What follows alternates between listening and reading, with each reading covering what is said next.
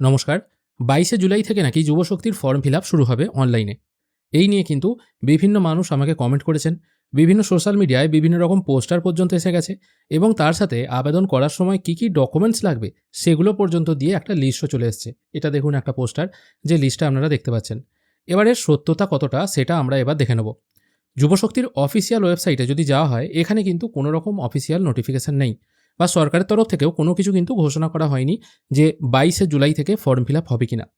যদিও বাজেটে ঘোষণা করা হয়েছিল অক্টোবর মাস থেকে ভরসা কার্ড নামে একটি প্রকল্প চালু করা হবে, যেখানে যারা গ্র্যাজুয়েট মানে স্নাতক পাস করে এখনও পর্যন্ত বেকার আছেন তারা পাবেন প্রতি মাসে ৩,০০০ টাকা, এবং যারা স্নাতক নন, মাধ্যমিক বা উচ্চ মাধ্যমিক পাস করে বসে আছেন এবং বেকার আছেন, তারা পাবেন প্রতি মাসে ২,০০০ টাকা। এটাই কিন্তু দেওয়ার কথা বলা হয়েছিল, আর এটার ফর্ম ফিল আপও হবে অক্টোবর মাসে, এটাই কিন্তু বলা ছিল। কিন্তু ২২শে জুলাই হবে এটা কিন্তু একবারও বলা হয়নি। তবে যখন প্রসঙ্গ এসেই আছে, তাহলে আমরা দেখে নেব এই যে আবেদন করবেন ভরসা কার্ডে, এর ক্রাইটেরিয়া কী আছে। নর্মালি বলা হয়েছিল ২১ থেকে ৪৫ বছর বয়সী যদি আপনি হয়ে থাকেন, তাহলে কিন্তু আপনি এখানে আবেদন করতে পারবেন। এবার যদি কোনো গ্র্যাজুয়েট ২১ থেকে ৪৫ বছর বয়সী হয়ে থাকে এবং এখনও যদি বেকার থাকে, তাহলে তারা আবেদন করতে পারবে এবং তাদের আবেদন অ্যাপ্রুভ হলে তারা পাবে ৩,০০০ টাকা।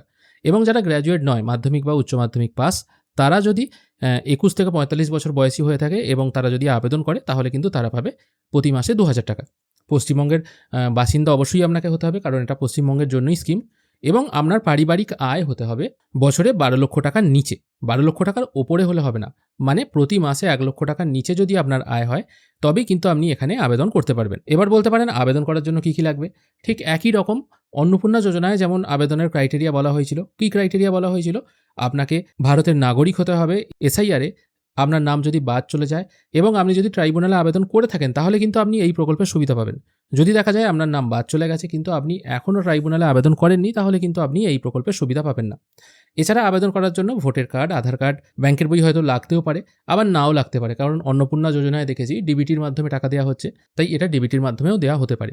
তাছাড়া আপনার যে পাস সার্টিফিকেট আছে, যদি আপনি গ্র্যাজুয়েট হয়ে থাকেন তাহলে গ্র্যাজুয়েশন পাস সার্টিফিকেট অথবা মার্কশিট, বা মাধ্যমিক উচ্চ মাধ্যমিক হলে মাধ্যমিক উচ্চ মাধ্যমিক পাস সার্টিফিকেট অথবা মার্কশিট এখানে লাগতে পারে। পাসপোর্ট সাইজ ফটোও লাগতে পারে, কারণ আমরা যুবসাথীতে দেখেছিলাম পাসপোর্ট সাইজ ফটো কিন্তু লেগেছিল। এটাই হচ্ছে মোটামুটি ব্যাপার।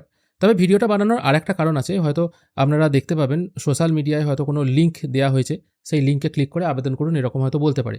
অন্নপূর্ণা যোজনারও যেমন বিভিন্ন রকম থার্ড পার্টি ওয়েবসাইট এখনও পর্যন্ত আছে, সেখানেও তথ্য দেওয়ার অনেক জায়গা আছে। এরকম বিভিন্ন রকম ওয়েবসাইট কিন্তু আসতে পারে।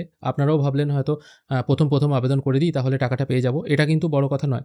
সবসময় চেষ্টা করবেন অফিসিয়াল ওয়েবসাইট কোনো লঞ্চ হয়েছে কিনা এবং সরকার থেকে কোনো কিছু ঘোষণা হয়েছে কিনা। যদি কোনো কিছু ঘোষণা হয় তবেই কিন্তু আবেদন করবেন, তার আগে কিন্তু আবেদন করবেন না। আপনার তথ্য কিন্তু মিসইউজ হতে পারে।